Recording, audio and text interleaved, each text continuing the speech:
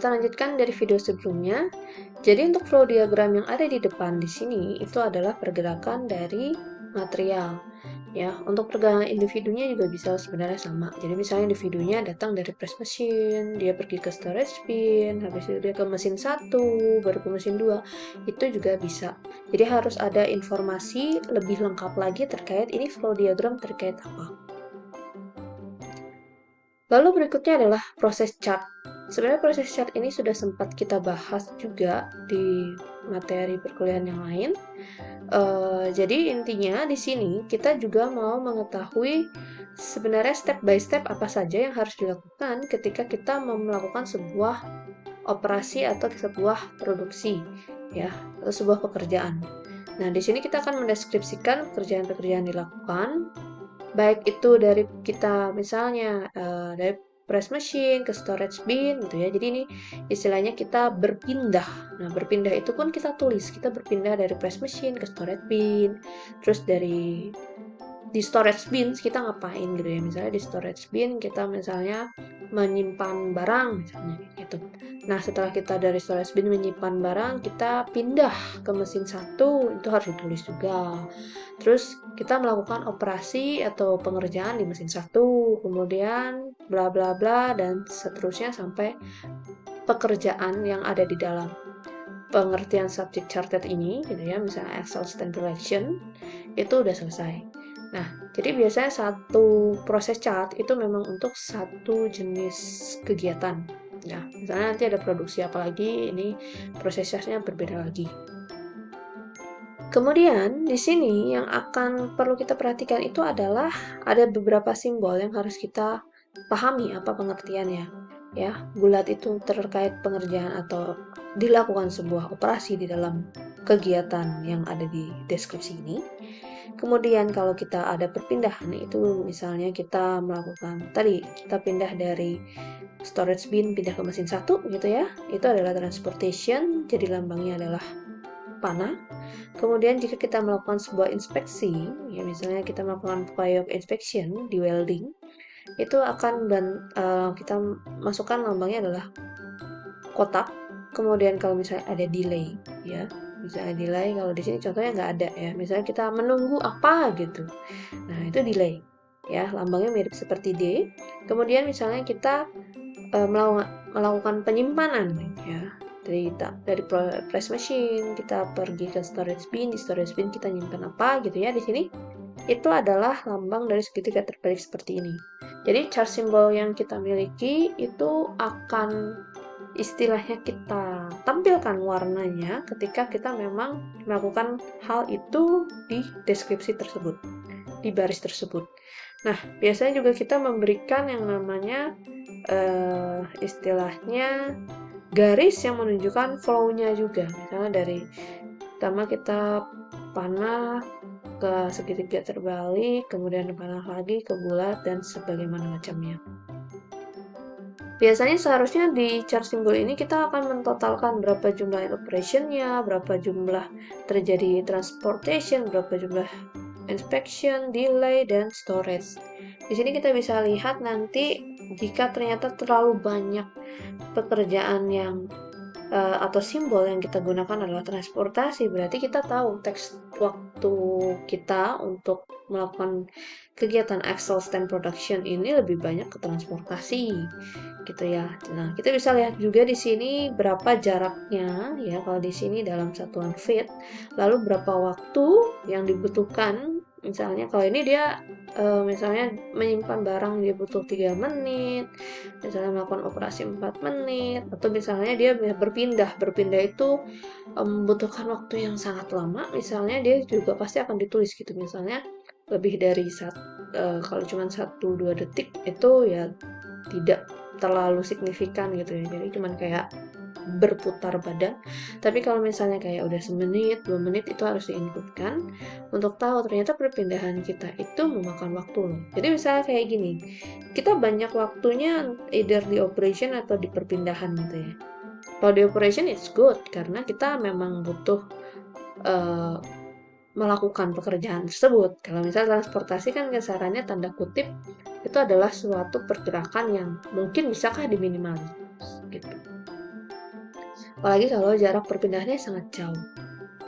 Ya, tapi untuk operationnya sendiri kita bisa cek apakah memang waktu pengerjaannya itu segini gitu, 25 menit. Apakah bisa dipercepat atau enggak, seperti itu. Itu adalah proses chart. Kemudian ada yang namanya activity chart. Di sini activity chart juga kita akan terkait operation tertentu. Jadi nggak semuanya langsung drop dalam satu activity chart. Ya, misalnya kita mau penggantian oil dan mengecek fluidnya gitu ya. Di sini kenapa dikatakan bahwa ini adalah aktivitas antar manusia, mesin, dan kru? Karena di sini kita bisa lihat bahwa kita tahu ada berapa jumlah operator yang kita miliki, ya. Terus di sini kita tahu masing-masing operator akan melakukan pekerjaan apa. Oke, pekerjaan itu sendiri butuh waktu berapa lama. Terus setelah itu biasanya kita akan cek lagi kira-kira mesin yang dibutuhkan atau peralatan perkakas yang dibutuhkan itu apa aja, bisa tampak di sini. Kita bisa membandingkan dengan pekerjaan yang sama antara operator 1 dan operator 2 misalnya. Sebenarnya apa sih perbedaannya gitu. Jika pekerjaan operasinya sebenarnya sama ya. Ternyata misalnya sama operator 1 pekerjaan misalnya take order dulu baru vacuum car. Kalau yang operator 2 move car to pit baru drain oil misalnya kayak gitu. Ya.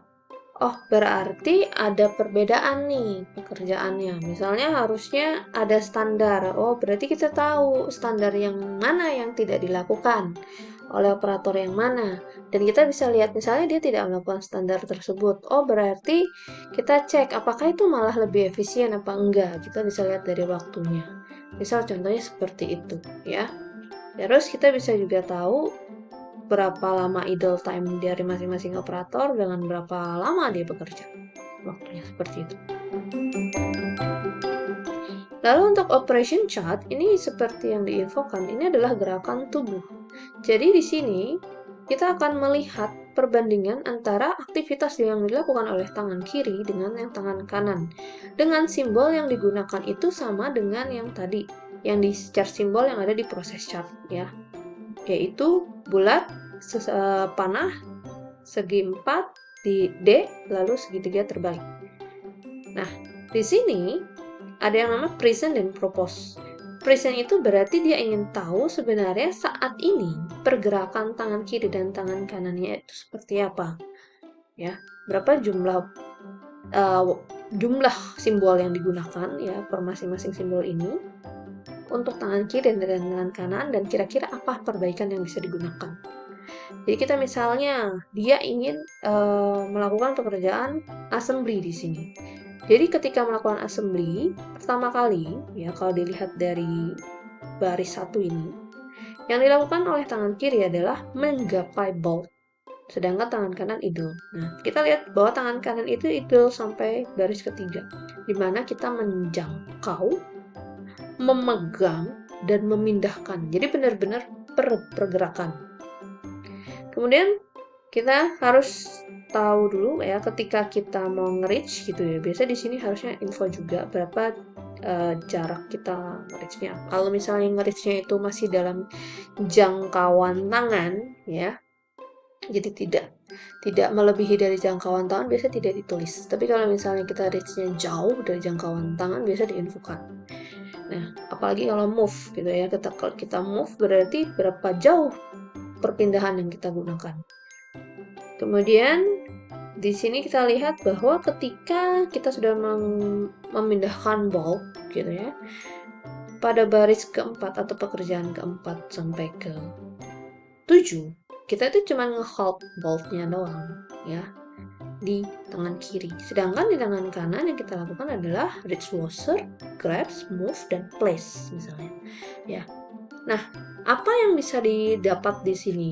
Ternyata banyaknya adalah simbolnya untuk prism saat ini adalah operation 2, transportation 1, delay 4 untuk left hand, tangan kiri. Untuk yang right-nya operation 3, transport 1, delay-nya 3. Berarti sebenarnya banyak sekali yang kita lakukan adalah delay. Bisa nggak kita hilangin delay? Nah, delay itu yang akan kita hilangkan dengan cara apa? Misalnya, Ya udah, ketika tangan kiri menjangkau ball, kenapa dia tidak menjangkau washer sekalian? Jadi kerja dua tangan sekaligus, misalnya seperti itu. Nah, itu bisa. Ya, jadi ketika ide-ide ini kita gunakan untuk melakukan pekerjaan. Ya, misalnya salah satu contohnya seperti itu. Otomatis step by stepnya akan berkurang. Mungkin kalian akan berpikir, ini kan cuman kiri kanan, paling juga berapa lama sih waktu yang dibutuhkan gitu kan? Paling cuman berapa detik atau perbedaannya atau berapa menit.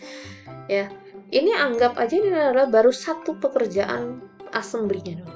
Jadi ini baru satu pengerjaan aja. Anggap kalian harus mengerjakan 100 kali assembly. Itu udah berarti anggap kalian beda cuma 1 menit gitu ya dari present sama propose-nya. 1 menit kalian dengan 100 kali pekerjaan yang dilakukan. Kalian berarti sudah menghemat 100 menit untuk pekerjaan assembly itu doang.